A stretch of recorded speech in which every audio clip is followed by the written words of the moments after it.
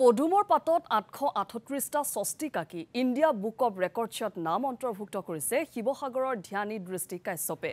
নাজিৰাৰ দিল্লী পাব্লিক স্কুলৰ 8ম শ্ৰেণীৰ ছাত্ৰী ধ্যানীৰ এই সাফল্যত উৎফুল্লিত হৈ পৰিছে পৰিয়ালৰ লগতে শিৱসাগৰবাসী। ইয়াৰ পূৰ্বেও আহত পাতত 8টা ধৰ্মৰ নাম আৰু চিহ্ন অংকন কৰি ইণ্ডিয়া বুক অৱ ৰেকৰ্ডছত বিশেষ উদগনি পত্ৰ লাভ কৰিছিল ধ্যানীয়ে।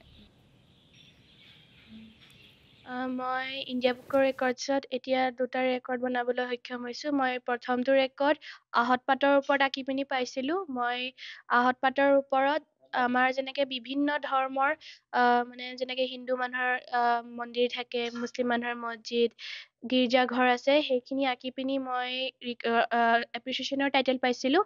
আৰু ছেকেণ্ড টাইম মই ৰেকৰ্ড বনাবলৈ সক্ষম হৈছোঁ। মই পদুমৰ পাতৰ ওপৰত 838টা আমাৰ হিন্দু মানুহৰ যোনটো স্বাস্তিক চিম্বলটো সেইটো আঁকি পিনি ৰেকৰ্ড বনাবলৈ সক্ষম হৈছে।